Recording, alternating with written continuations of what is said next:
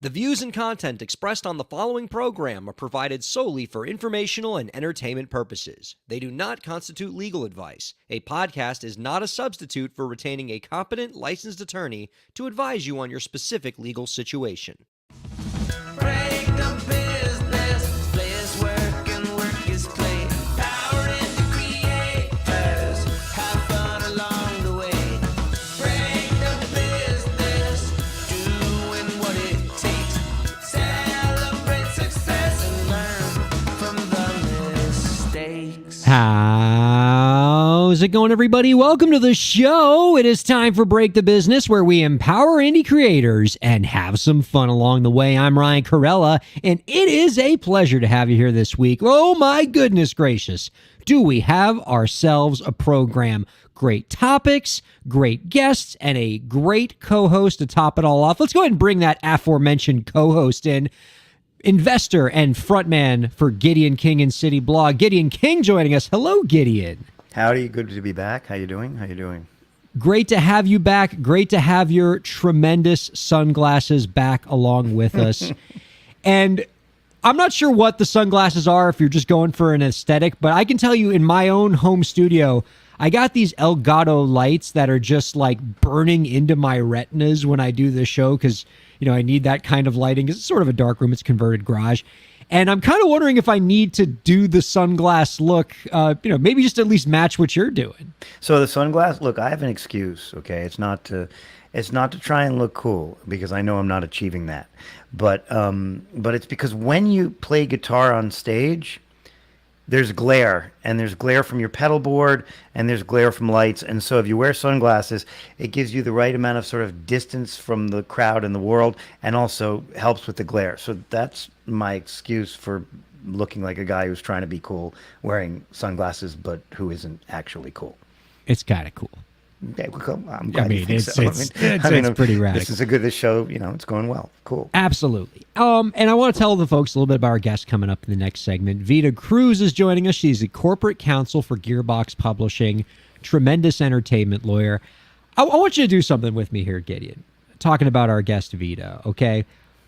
Imagine you're in Vegas, all right, and you're playing this very unusual game of poker, where instead of holding hands with cards in them that have like a pair or a straight or a two pair or something like that, the hand you hold that you have to play in this poker game is who has the coolest legal career.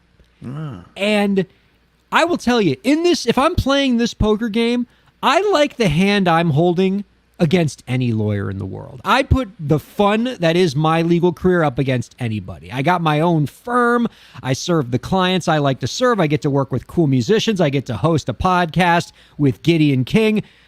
I don't have some law firm partner up my butt all the time.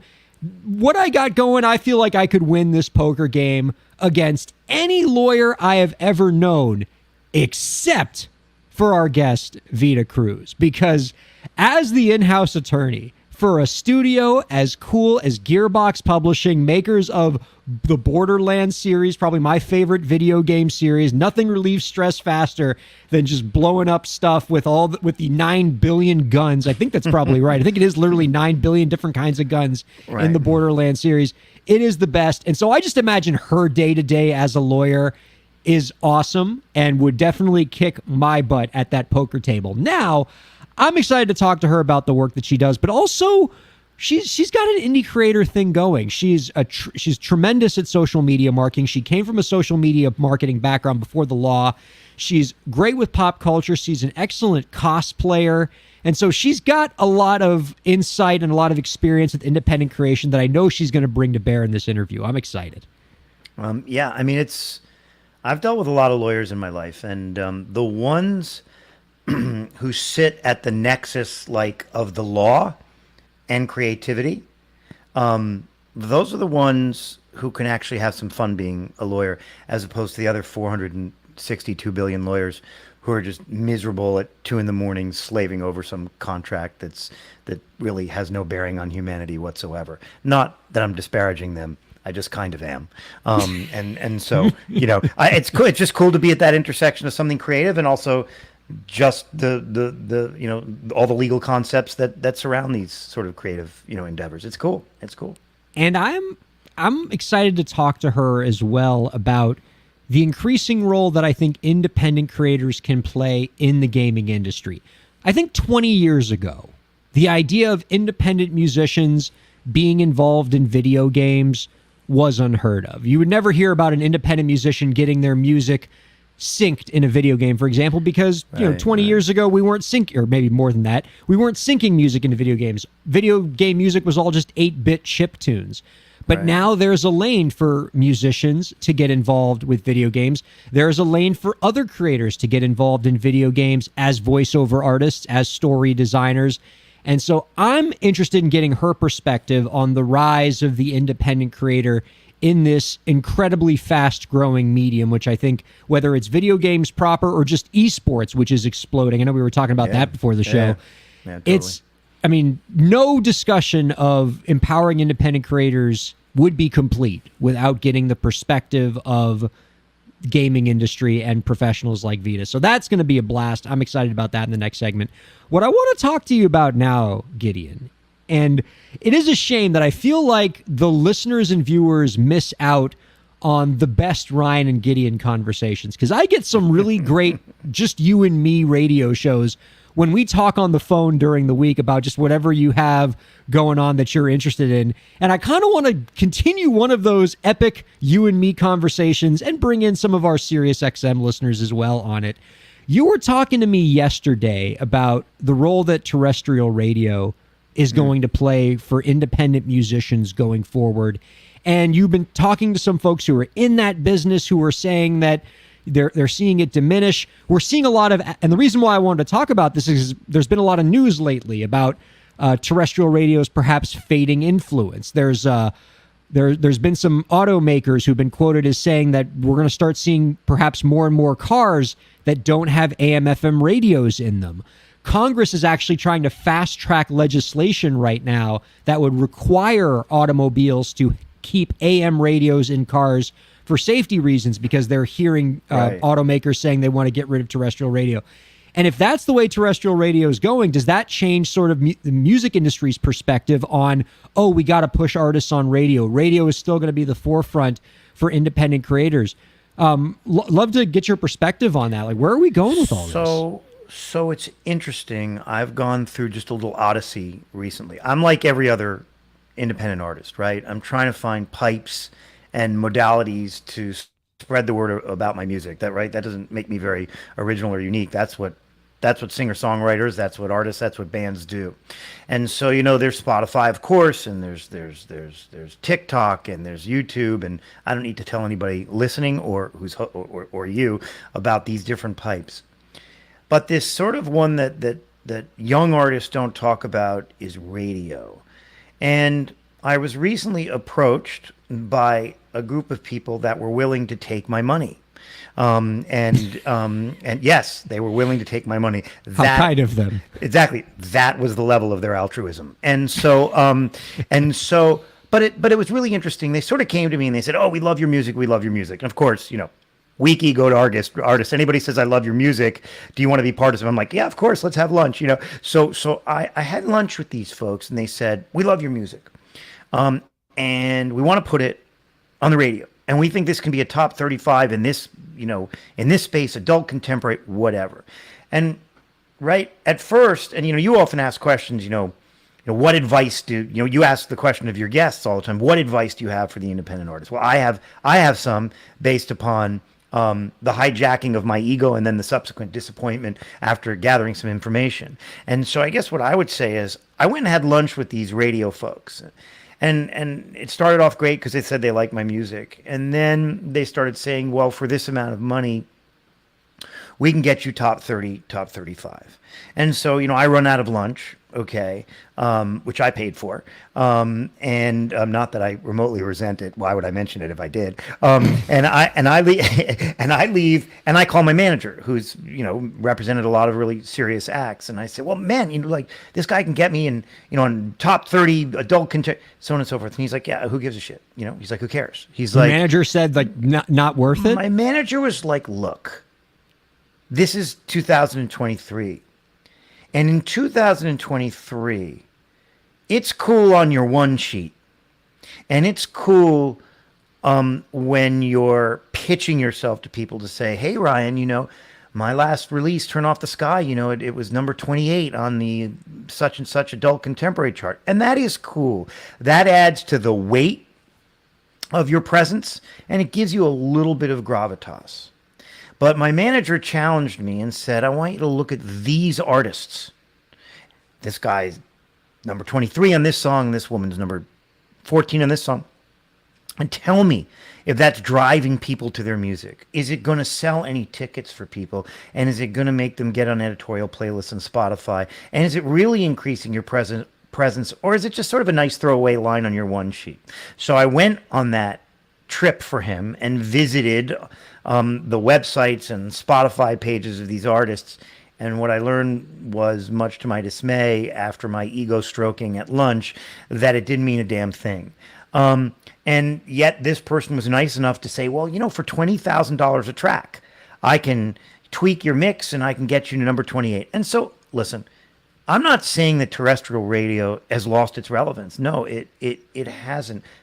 Many people in the United States who aren't driving around in a brand new Volkswagen Atlas, are listening to radio because they're not listening to Sirius XM, terrestrial radio. They're not listening to Sirius XM. But things literally change, and they change dramatically, and their effect on your success as an artist either goes up or goes down geometrically, and it has gone down geometrically. And that is the reality. If you were to say, what advice do you have, like you always ask people, which is a great question, of course, I would say, if you want to spend a very small, microscopic, molecular, atomic level of money on getting yourself into the top 30 on do it, because it adds to the weight. But I will say one thing. It still does mean something if you're top 1, 2, 3, 4, 5. I've learned that means a lot, and that does drive people, because anybody can get you to top 28 by spinning your music at 3 a.m. in Wichita, Kansas. And so I guess for me and for you and for anybody listening to the show, it's a little bit of a cautionary tale. Because we love our egos being stroked. It's absolutely lovely. But then when you look at the actual practical effect of spending money to pay a radio promoter so that you can call yourself a top 28 artist on some under some nomenclature, like, man, I've been advised not to do it. I now agree with that advice, and that's I don't know. That's my cautionary tale for this episode, Ryan. So there we have it. It's a staggering shift, because when I was first reading about the music industry when I was a high school kid, I was with my Donald Passman's, had all you need to know about the music business, in my hand. Radio was everything. It was it was basically what record labels did. Record labels 20 years ago were radio promotion companies that occasionally developed artists. That was the whole game, is we got to get this artist on the radio, because that'll get them to chart and that'll translate into sales. And as you're mentioning, the diminished importance of terrestrial radio and the fact that it doesn't take much anymore, just a few spins can get you into the top 30 on certain charts because of how much the world has changed. It's made things scarier for record labels, because the record label formula used to be so easy for the labels. Let's go pay our independent promoters to get these artists on the radio, and that'll create sales. And now labels don't know what to do. Promoting every artist is different. We got to make them go viral on TikTok. How come they're not going viral on TikTok? We got to get them synced into a video game. We got to get them synced into this movie. And, it's not a clear formula anymore. It's not a clear path anymore. So let me ask you this. When you were talking to your manager, and your manager's telling you terrestrial radio's not the way, what was he telling you is the way? Like, what is the new path if it's not just having a promoter get your stuff on FM? So here's what he said. And I want to take one step back. I'll do it in lightning quick. The other thing that radio folks will tell you in order to deprive you of your money is hey, look at the biggest stars today. All of them have had top radio hits. And that kind of logic can put an independent artist or anyone in a kind of logical box where they say, well, geez, then I have to do this because it's a necessary and sufficient condition to ascending. So beware of that talk too. But to answer your question, actually, he says something I don't like. I accept it and I will do something about it, but I hate it. He's like, listen, he's like, it's TikTok, it's Instagram, it is even Facebook, it is social media. He's like, that's how people are discovering music. That drives Spotify streams. And Gideon, you can play 50 festivals. Okay. And I know that's super fun. And I know you love to do that because you love to play your guitar and you love your band. He's like, but you could save any money you put into that process and just do really strong TikTok campaigns of you playing guitar for 30 seconds, and release a TikTok video every 5 days. And that probably has a better return on equity, at least from the standpoint of gathering notoriety, for your band. I hate that answer. Okay. Because I like music and full songs. Okay. TikTok is not how I discover, appreciate, and absorb music. But that's what he said. The other thing that he points out, and this is something I've come to learn, this is sort of a reverse cautionary tale, is that sync is really important. And so sync is something that I'm looking into very, very carefully. And that is in some ways, apropos of our discussion about terrestrial radio, sync is the new radio in some ways. Again, I may have even brought this up to you before on your show. Who the hell knows? I'm too old to remember anything. But look at the show Peaky Blinders, right? Gigantic show. How did people rediscover the artist Nick Cave? Through that show. It's not as if Nick Cave didn't have some notoriety. He did, and he's cool, and the music's cool. But my God, that was rocket fuel for his content. And so rather than stick yourself on some meaningless billboard, rather than get yourself to number 28 on, music that aardvarks like, category, it'd be good to spend some time yes, the Aardvark Contemporary chart. The Aardvark, yeah, I know, you know about that. You've heard of that. So man, sync is super important, and of course social media. And I can relate to the sync thing because I love movies. It's but it's really hard for me to relate to the social media thing, although I do it. So that's my answer to your question. Sync is important, and I think we need to prepare our charm offensive for the next segment because Vita Cruz, our guest, does handle licensing for Gearbox, and so maybe we can find out a way to get Gideon King and City Blog in the next Borderlands game. Absolutely. Well, I think we should just kidnap her, and until she gives me a sync license, we don't let her out of the studio. I mean, I think it's easy, really. I'm sure she would love that, if for no other reason that it might just get her down to Miami and she can hang out with us. That's how I see this going. It's where she's originally from. I know she's itching to get back and see everyone there. So we got so much else to discuss. We have the Gideon King Wheel of Topics, which is a fan favorite. People love the wheel, so we got to make sure we spin the wheel at some point. I also have a couple listener questions, and I got to get to at least one of them, because if not, they pile up and the listeners get mad. And I thought this one was interesting, and it is kind of a nice connection point to what we were talking about just now in terms of TikTok. So I had a listener write in, Gideon, and ask about royalties for musicians on TikTok. They said, when I get my song played in a TikTok video, which is effectively a sync, how does TikTok pay me? And, and the short answer is they don't pay much. Shocker. But the way it works on TikTok is a little bit different than the way you would expect it, say, on Spotify. On Spotify, you get paid per stream, right? It's something very small, like 0.6 of a cent, 0.5 of a cent per stream. So every time anyone plays your song on Spotify, you get about 0.5 penny, depending on, unless you are signed to a label, then your label gets 0.5 penny and you get nothing.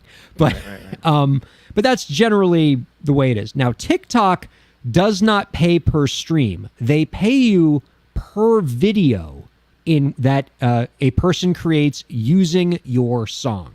So if somebody likes your song and puts it in their TikTok video, you get about 3 cents per video made. And streams don't matter, right? So if somebody makes a video with your song in it and it gets 1 view, that's 3 cents. If it gets 10 million views, 3 cents. So very different from Spotify, right? Spotify, it's by stream. And with TikTok, it's not about how many, how good the quality of the video is that has your song. It's about how many people love your audio and make their own videos with your song. So it kind of creates a different incentive. I got a question for you then. Is that fair? Is that equitable? Does that make sense to you? I'm just absorbing what you said. But my question is that fair? Does it make sense to you? No, it doesn't make sense to me. Exactly. I mean, It does. Imagine if like you were to license your song for a major motion picture. Like if you license your song for a major motion picture or a television show, you're getting paid the sync fee up front, but you're also getting paid performance royalties as a Totally. songwriter, which is why like if you ever meet the Rembrandts out in the world, ask them to buy you a drink because they can afford it, because their song is in the opening credits of Friends, which has made them, and the performance royalties from that have made them probably millions of dollars. right. And so imagine if all you got for getting your song in a movie or TV show was like 3 cents up front, and then no matter how much that song was played forever and ever on that TV show, Exactly. you didn't get any extra money. So it's not a great system, but I mean, TikTok gets lots of criticism for how little they pay creators, right? Their creator fund, where, they pay out people who make engaging videos, Right. gets criticized for very small payouts. The way that they pay musicians gets a lot of criticism. And so it's not a great system. And you might get frustrated using it if like your audio is used in a video that gets millions of views and right. you just get your 3 cents. Yeah, I mean, it just doesn't seem like you're getting paid based upon volume at all. That sucks. Yeah. That wasn't, with by you the way, on that was not as elegant as you just put it, but that's my skin reaction. It sucks. So what I'm hearing is like you're gonna make that TikTok profile any day now, because we need to see you on TikTok. TikTok needs Gideon Yeah, King. yeah, I'm gonna wear the sunglasses. Don't worry. That's all right. Now, as promised, we have for everyone the Wheel of Gideon King topics. So just to catch everybody up on what the wheel is, what I do with all of our Break the Business co-hosts is I ask them, hey, what topics would you like to talk about on the show? What would you think is an interesting thing for us to discuss? And most of the co-hosts, they send me like 1 or 2 suggestions. They say, hey, let's talk about this. It's in the news. I think it's interesting. Gideon King inundates our inboxes so delightfully with just a stream of consciousness of a wide range of ideas that gets brought forth from his collective experience as a musician and as an investor and as a businessman and just as somebody whose mind is always working, right? And so all of those suggestions, instead of trying to figure out which one we want to ask you about, we put them all into a wheel, and if you are watching the live stream, you will see our Gideon King wheel. We then spin the Gideon King wheel, and whatever it lands on, that's what we talk about. And so, I mean, am I characterizing this correctly, Gideon? Like, I know this from a lot of like business and entrepreneur types that you guys, your minds are always moving. You're always thinking. You always have new ideas, and so they need to come out somewhere. And so, in this case, I get long emails with lots of topic suggestions. Yeah. My wife complains that literally while we're at dinner, I'm thinking of 9 other things while we're talking, and that's, it's a marital issue we've been working through for 3 decades. So it's cool. It's cool. Well, I think I have the solution for it. Tell your wife to make a wheel. Cool. And we just write them all down, and you make the wheel and you spin it. All right. So you're not just doing a radio show. You're also a marriage therapist. Cool. I'm going to send you $150 for. What can I say? I love love. You love love. All right, here we go. Let's spin the wheel and see what we're going to talk about here. I love the sound effects too. Wow. Oh, okay. Our topic for the Gideon King wheel this week is, how does AI fit into songwriting? This question and its answer has implications for the very place our souls have in the universe. I couldn't agree with that more, by the way. I think we're really facing a existential kind of thing with with AI, and certainly when you look at the strikes with the SAG and the WGA, AI is a big part of all of that. And I think in songwriting it is important. I've actually heard some songwriters who say they use AI not to write their whole song for them, but just to give them a few ideas, to get the started, get the ball rolling. Is that something you would consider as a songwriter, like letting AI at least do that for you, or are you that against it? No, I'm not that against it because I can't be that against it, because it's a reality. Here's what I would say. I've seen AI programs now that can write full songs with real samples from real instruments. It's the craziest thing I've ever seen. I've done some demos of some apps that do that. And it's like, after you see it, you need a drink because it's no, I'm serious, because it feels like it obviates the need for like any talent or anybody doing anything to create music. So I don't even like, that's a whole other discussion that you'd need 90 radio shows to wade into. But here's what I would say, having used AI to get started on lyrics. It's cool if it's just like a seasoning. And what I mean by that is, if you're making a really good soup, you put the mushrooms and the butter in, and the heavy cream and the onions, and that's the stock, chicken stock. That's the substance of the soup. And then you may throw in some salt and some whatever. And I bring up the cooking analogies because, as we discussed before, I really like cooking. But I bring it up because when I have used AI, it has robbed me of the fundamental thing that I need to create a good tune. And that is that feeling like you got to get it out, that it's like a storm building inside you. It sounds super pretentious, but what the hell? Like it's a storm building inside you that you need to get out. Words, feelings, some kind of abstract expression of these feelings or experiences that you've had. But then when you go to ChatGPT and you say, write me a song about, I don't know, missing someone, whatever, it comes out with these things. And invariably in the 3 paragraphs of super celluloid, absurd plastic AI utterances, right? There's a couple of gems in there. Okay, there's a couple of little turns of phrase that you're like, oh my God, that is actually cool.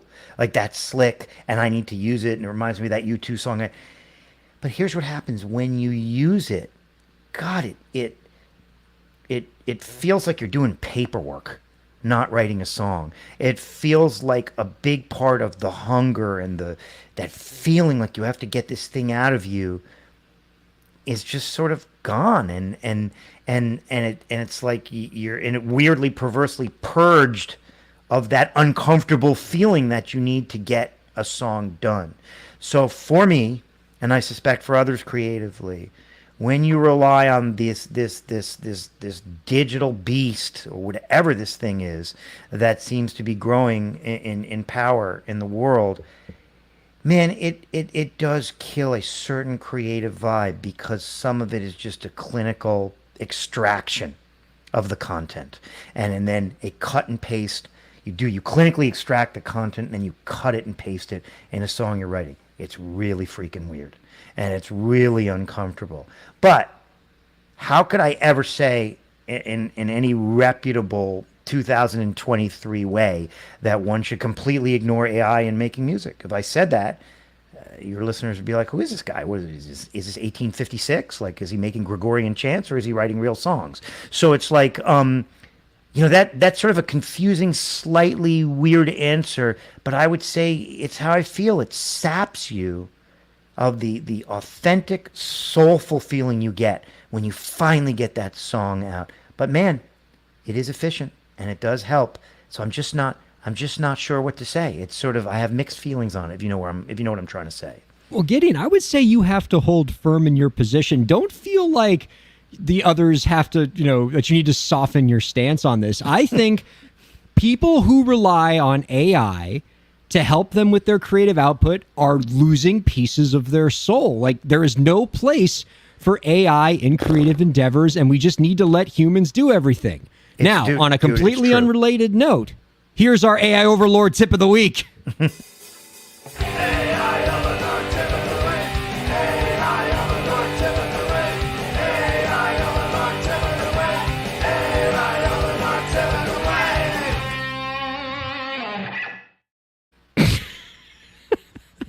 That was like, I feel like I was just at like some kind of weird heavy metal concert, but that's cool. So, we used to have humans write our tips of the week, but then we lost a little piece of our soul along the way, and we seek ChatGPT to assist us in coming up with tips of the week for our independent creators.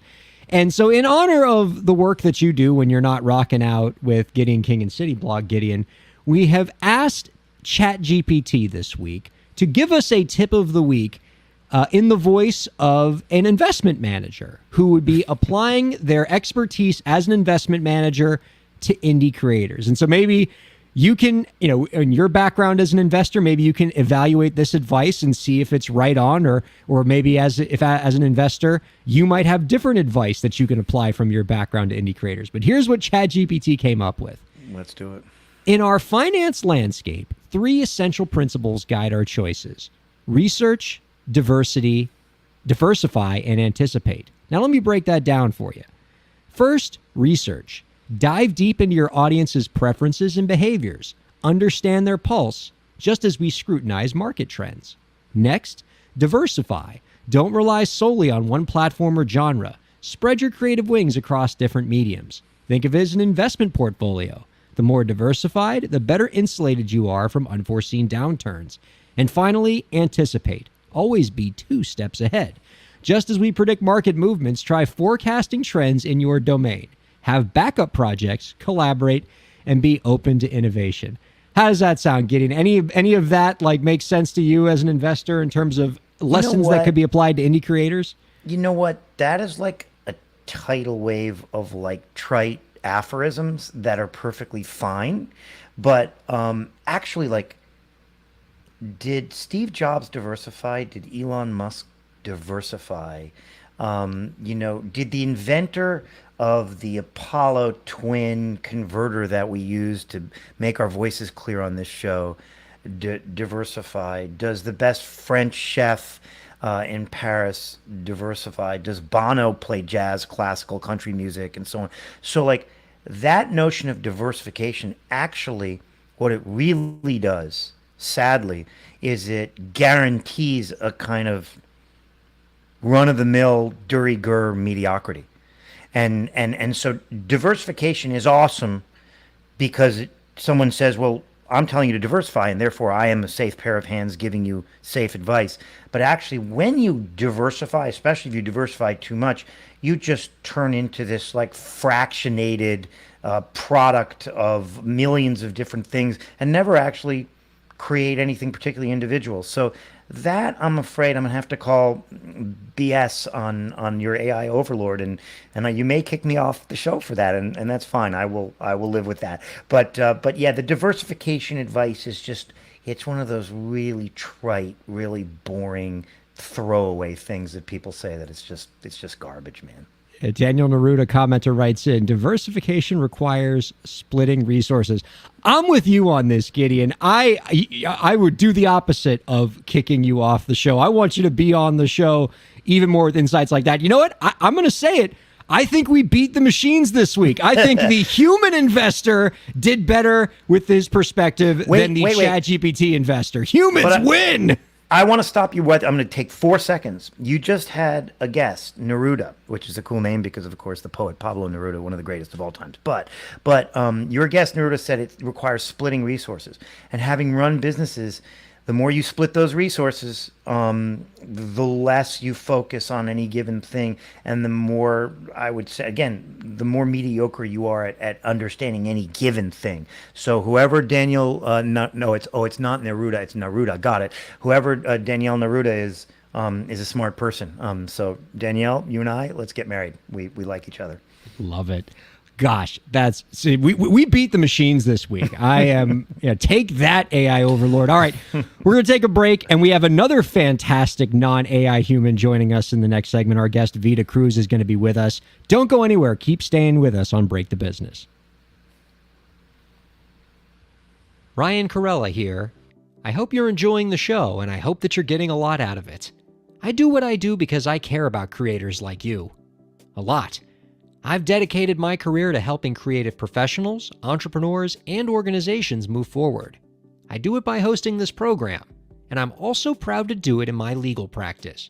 If you're a creative professional looking for solutions-oriented legal services to help you further your goals, I'd love to help. My firm RKPA does contracts, commercial law, copyright, trademark, and more.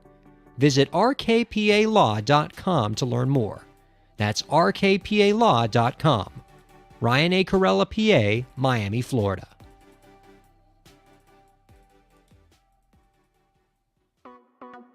Streaming services for Break the Business provided by LEK Entertainment. LEK Entertainment is a full-service entertainment company offering everything from consultations to full-scale events and productions, including audio and video productions, voiceovers, staged theatrical productions, script and music development, and streaming services. For more information, visit lekentertainment.com. LEK Entertainment wants to help you bring your story to life.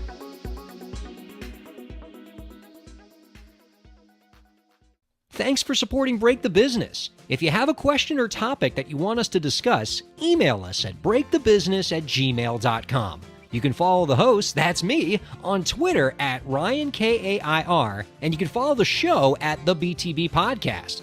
Be sure to subscribe to the show on Twitch, YouTube, and Facebook, and on all major podcast platforms. And now, let's get back to the show. Welcome back to Break the Business, everybody. Ryan Kairalla joined with Gideon King. Thank you for checking us out wherever you're checking us out, whether it's on all the major podcast platforms or on the live streaming platforms or at our satellite radio home, Sirius XM 145. Wherever you're checking us out, we're glad that you are. Gideon, let's go ahead and bring out our guest this week. She is an entertainment attorney and corporate counsel for AAA game studio Gearbox Publishing, creators of the Borderlands series and other memorable video game titles. Before starting at Gearbox in 2020, our guest got her bachelor's degree, JD, and MBA from the University of Miami. Great choice. You can follow our guest on Twitter, Instagram, and Twitch at Vault Hunter Vita. We are happy to welcome Vita Cruz onto Break the Business. Hello, Vita. Hi, thank you so much for having me.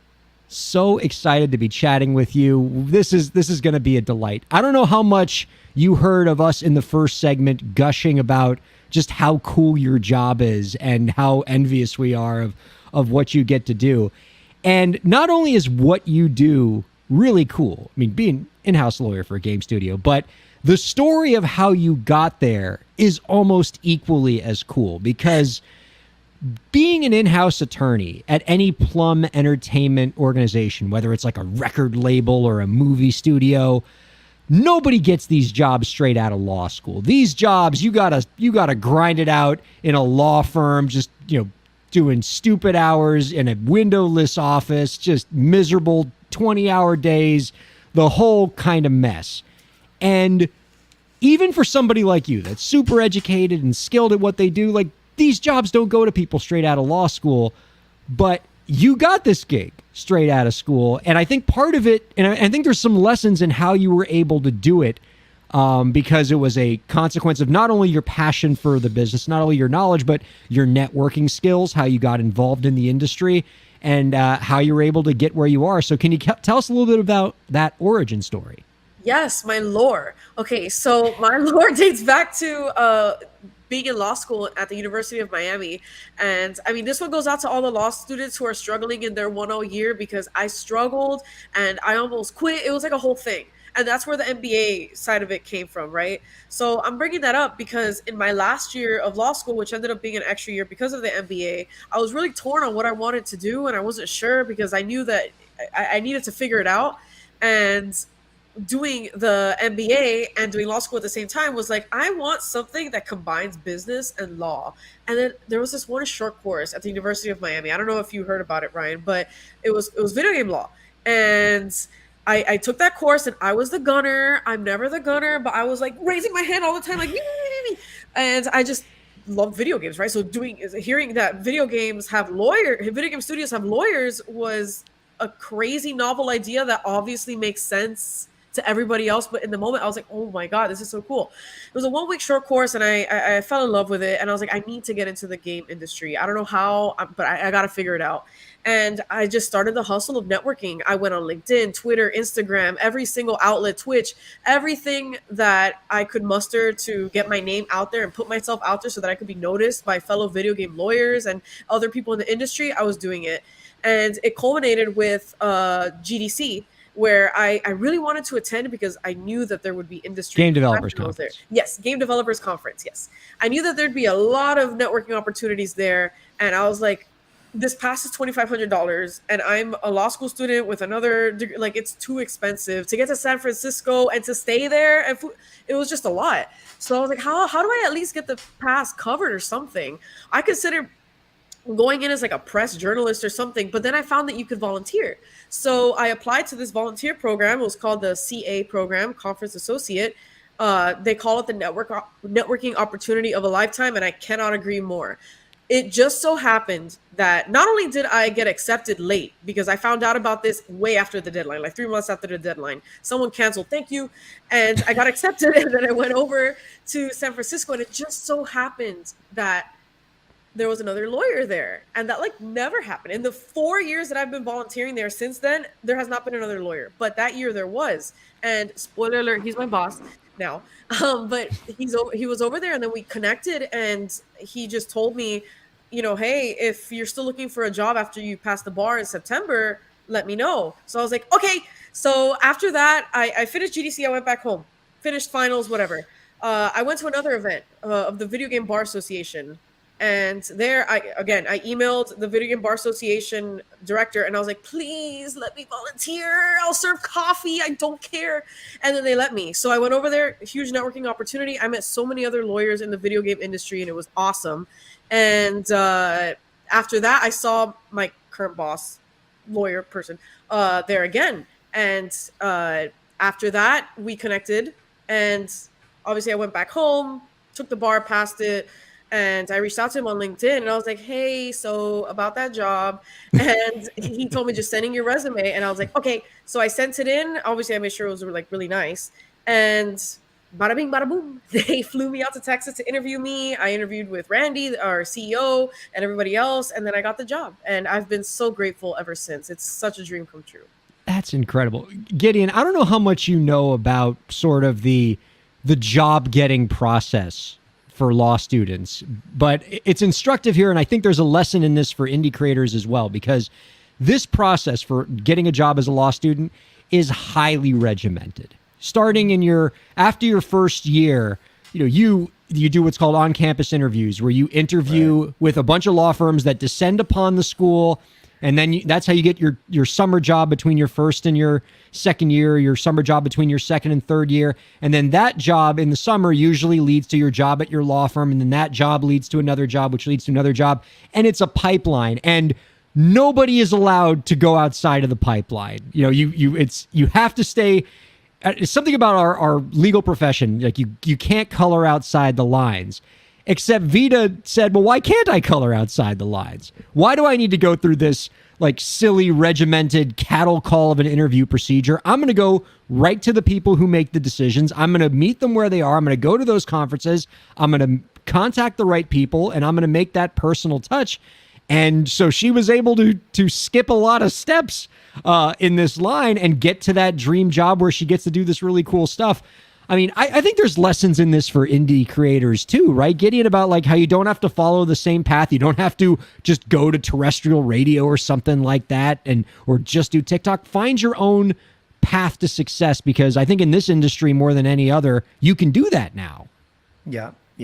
In business and in private equity, investment banking, all those things, it's regimented, but not like it is in the law. And without a doubt, finding an original off-road path is really the story of for me, some of the most unique artists and business people in history. I mean, when I got to work with John Scofield, who was of course one of the great living jazz guitar players, I wrote him a poem, and everybody said contact his record label and do this and do that. I just wrote the guy a poem, and he liked it and said, "Sure, I'll play with you. Send me your music." So, as far as I'm concerned, that was about as off the beaten path as you could do. He's like, who is this guy writing me a poem? Should I get a restraining order? Who is this guy?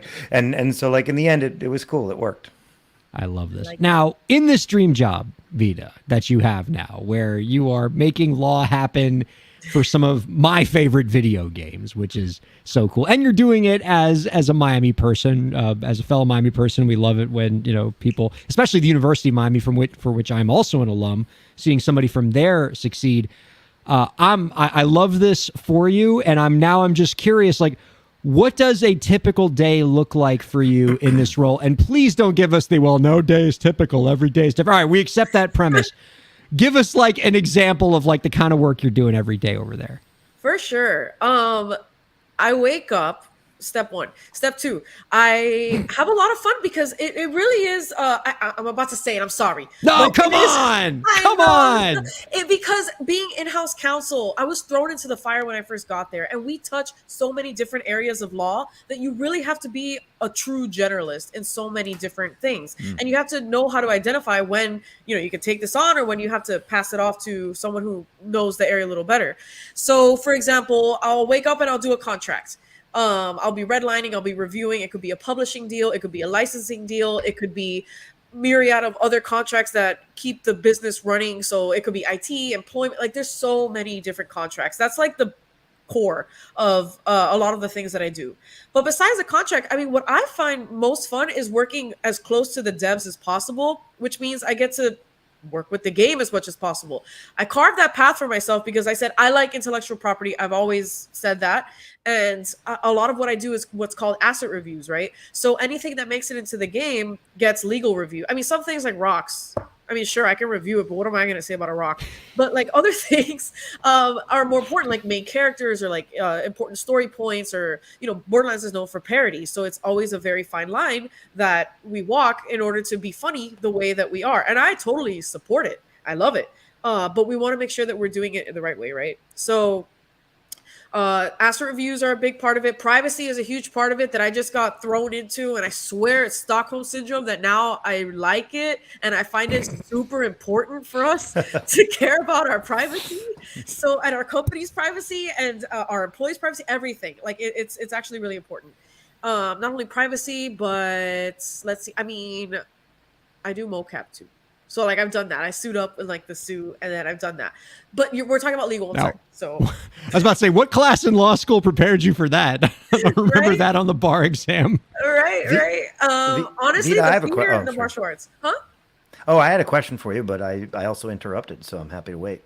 Well, I think I'm done. I mean, it's I said intellectual property, I said privacy, I said contracts.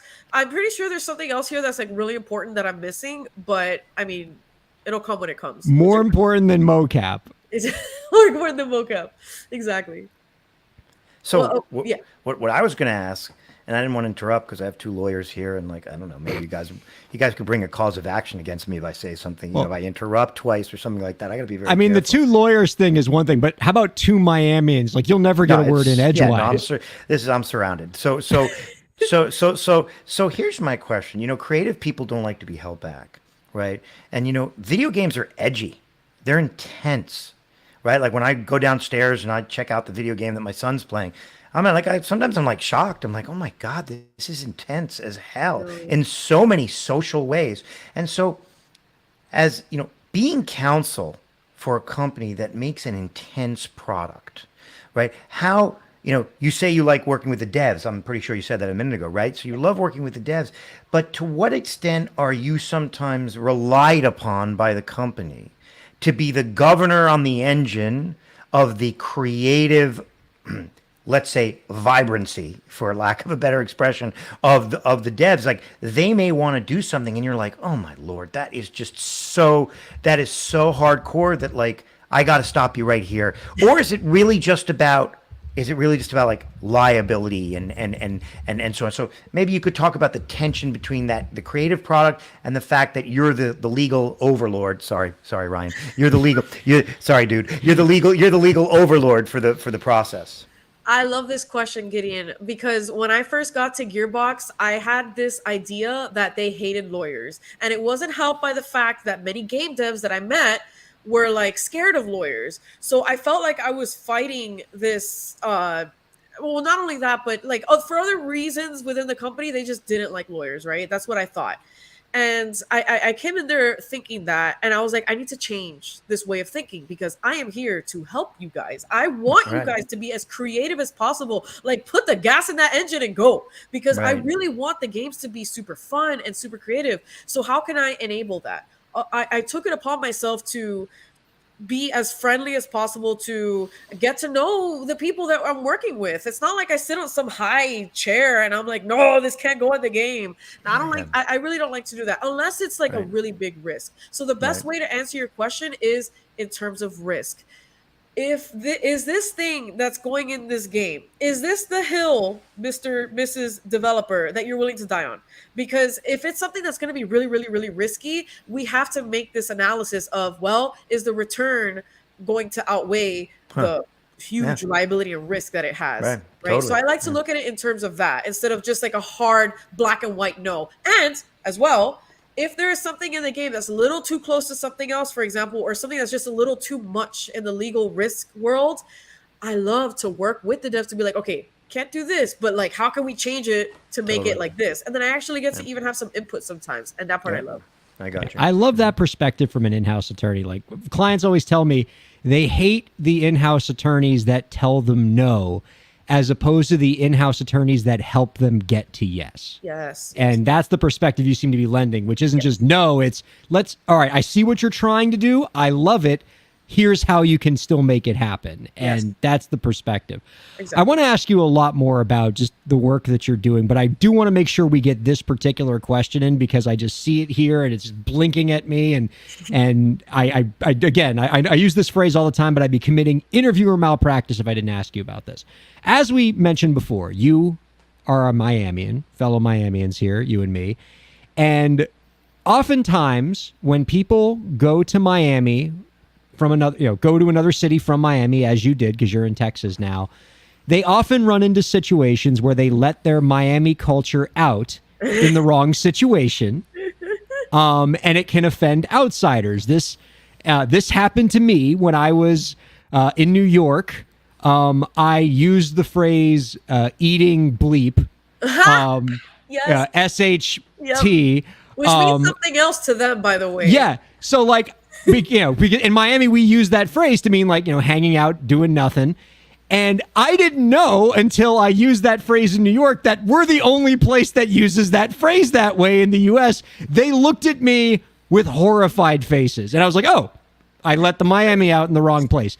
And so I've heard that you had a situation at your company where you let Miami out in perhaps a not so great situation, and it led to something a little zany at your company. Can you tell us about this? Oh my God, it was so funny. This was like my 4th month on the job, and we had just got all sent home because of COVID, so we were all working from home.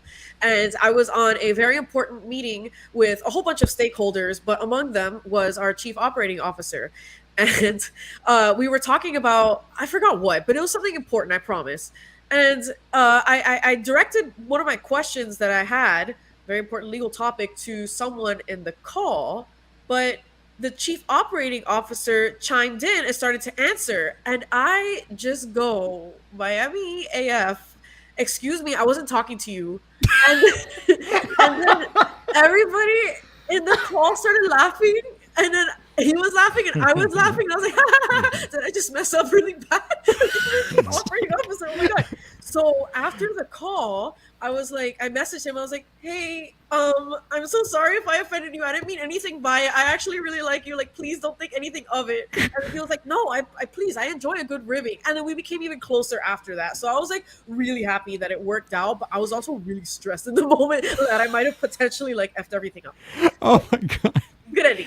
And like you did it with that exact inflection and everything, like full Miami. I said, excuse me, I'm not talking to you. Like, I don't know what came over me in that moment. I just went full Miami, and I learned that from that experience that there's a time and place, and sometimes it works, but that's a bet.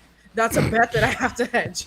So. And boy, did you just like, go for broke there, just using it on your COO 4 months into the job. 4 months into the job. God. It was risky, but that's how we do. So, yeah. But he respected you for it. It sounds like. Right. That's there you go. I love that. It had a happy ending. That's what I'll say. You can follow our guest on all sorts of platforms, X, Instagram, Twitch, at Vault Hunter Vito. The other thing I like about you as an entertainment lawyer, Vita, and I always love the entertainment lawyers who live the product, right? They're getting high on their clients' supply. You know, this isn't just, oh, I do this job, those people do their entertainment thing, but I'm just the lawyer. Like, you embrace this. You are a streamer, you are a cosplayer, you are fully immersed in this world. Does this like help you in your work, or just, you know, are you just like, you just see this as like a thing that you do and it's like a helpful byproduct, or does like fully getting into this world make you better at what you do as an attorney? Oh my God, 100%. And to that end, I've even gone so far as to start training in Unreal Engine to learn how to code a game. And I'm actually almost done with my very first game. Yeah. So No kidding. That's awesome. yes, cool. I love it. It's so fun. It's so cool. I felt that I had to learn the process of game development inside and out in order to be the best in-house counsel that I could be. So I set upon that journey to just explore every area of game dev. So I'm training in Unreal. I've also I took like the writing test for Gearbox and just like came up with a character and a dialogue scene and everything just to try my hand at it, you know. And I got feedback from the writers. Next up is voice acting, so I'm looking into that. So if you know anybody, but anyway, sorry. So just trying to explore all the areas of game dev in order to understand where they're coming from, because if you don't understand what the client truly wants and cares about, how are you going to provide the best legal advice possible? That's my opinion. So not only has my journey into game development helped me with my job, but the peripheral stuff like the streaming, for example, I love that. And now I understand when I do an influencer contract what they care about, right? With the cosplaying thing too, cosplaying is just something that I've done for years. Like I used to do it all the time and post my pictures on Facebook. I had like a little bit of a following in South Florida, and it's just so fun. And to be able to get into the character, it just reminds me that like we want to have fun at the game studio at the end of the day, and we want to create characters that are memorable that people will want to cosplay. Things like that remind me that what we're doing is really special and it really touches people's lives, you know? I bet you've never been that inspired by an attorney in your life, Gideon. How great was that answer? Yeah, well, here's the problem. I no longer believe Vita's an attorney. Whoa! Because attorneys are never this excited, and so like it's clear that you never got a law degree. To me, I have it somewhere. This whole show's a fraud, Ryan. It's over. I have a bar card. Do you want me to But- show you? I Well, believe you. she didn't get a law degree. She got a law degree and an MBA. and an MBA. Okay, maybe that's what happened. That's that what it explains is. Yeah, that's what I think we're hearing. Like all it this is. like fun, engaging stuff. That's the MBA talking. Absolutely. I've never been bored by an MBA. I think the most interesting class I took in law school was the classes that I got to take at the business school. Nice. Right. And I mean, just a quick aside on this, because it's so true. Like when you know, and Vita knows this about lawyers in law school. Like in law school, when class is over, all the introverts, you pack up your bag, you leave, you run to the library, you put your head in a book. And so when I'm taking my first class at the business school at our law school, the class ends and I start packing up and going to the library because that's what we lawyers are supposed to do. And I look up and nobody's left because they're all just standing around networking, having conversations, shooting the breeze. And I was like, oh, we're the weird ones. Business people are actually interesting and enjoy each other's company. I can vouch for that, by the way, because when I was in law school, I felt like a bit of a loner. Like I felt like I didn't really fit in with a lot of the crowd, maybe because I was like really nerdy or whatever it was. But when I got to the MBA program, I really felt like I found people that just wanted to talk to me, and I wanted to talk to them. Like it was just a much more environment that was easy to talk to people in. And that's just something very interesting dichotomy between law school and the MBA program. Well, do you know what I think it might have also been? Because you were a theater kid, right? Yep, I did theater in high school and undergrad.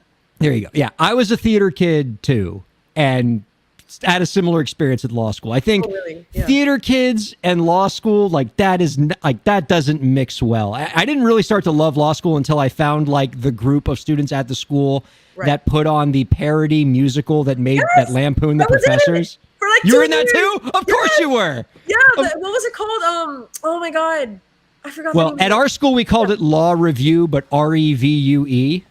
Oh, that's clever. Yeah. I love that. Yeah. I love that. All right. Well, now we've got seriously off topic. Okay. So I had about 1,000 more questions for you about indie creators. We've blown through our time because I selfishly wanted to talk to you about law school.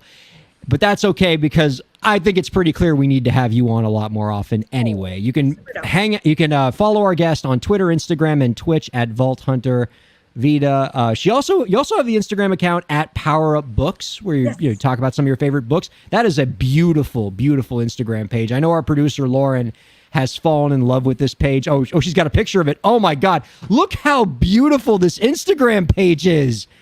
At Power Up Books. This is gorgeous, Vida. Oh yeah, in addition to everything else that she does, Vida also comes from a social media marketing background, as if that wasn't made quite obvious by how great this Instagram profile looks.